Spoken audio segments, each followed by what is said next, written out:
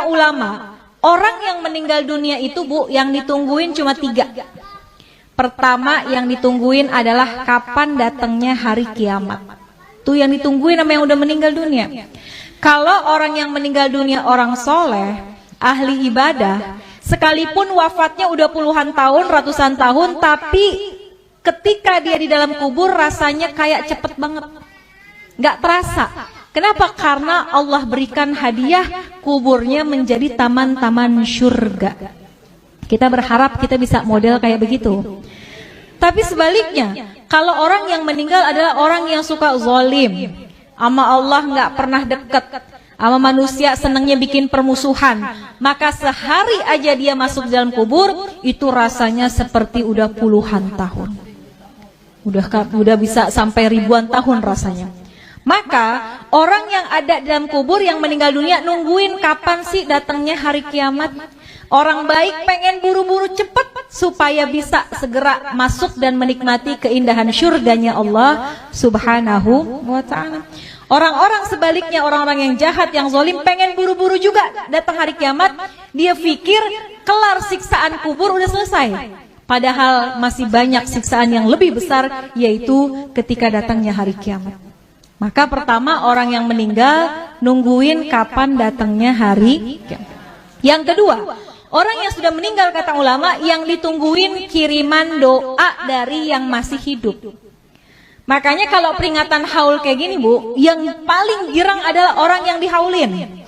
Itu dalam kitab Ruh digambarkan, orang yang dikirimin hadiah, ya, Fatihah aja, bahkan sekedar doa dari orang yang masih hidup kepada orang yang sudah meninggal dunia, di dalam kubur hatinya girang luar biasa, bahagia luar biasa, sampai penghuni kubur samping-sampingnya pada ngeliatin Bu. Kayak orang lagi di pesantren, ditengokin sama orang tuanya dibawain makanan, kan teman-temannya pada ngeliatin tuh ya. Tuh sama ceritanya seperti apa yang ada dalam kubur. Kalau orang tua kita dikirimin Fatihah, dikirimin doa sama anaknya, maka girang banget hati orang tua kita. Tuh penghuni kubur lainnya pada ngintip, kalau bahasa kita dikirimin apaan sih gitu ya. Maka mereka sangat menunggu kiriman doa daripada keluarganya yang masih hidup di dunia. Bahkan diceritain Bu, kalau yang ngirimin anaknya, keturunannya itu malaikat akan membawa doanya menggunakan nampan yang terbuat dari emas. Punya nggak nampan dari emas? Nggak ada. Tapi Masya Allah ketika kita meninggal dunia, malaikat hadirkan doa. Bisa jadi doa itu berupa ampunan, bisa jadi doa itu adalah rahmat yang dikirimkan oleh anak kita yang masih hidup di dunia.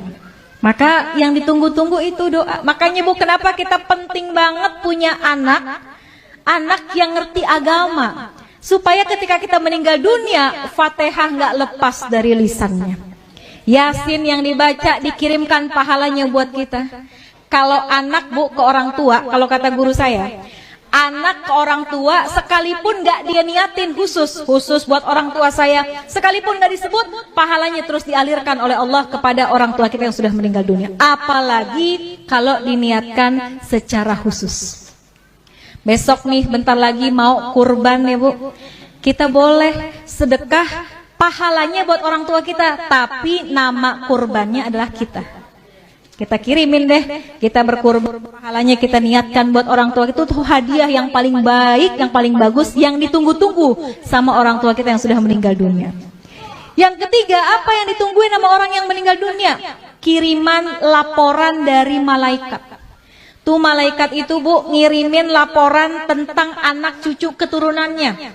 Kalau anak-anaknya pada soleh, solehah, pada ahli ibadah, orang tua kita girang di dalam kuburnya. Ya Allah, girang hatinya.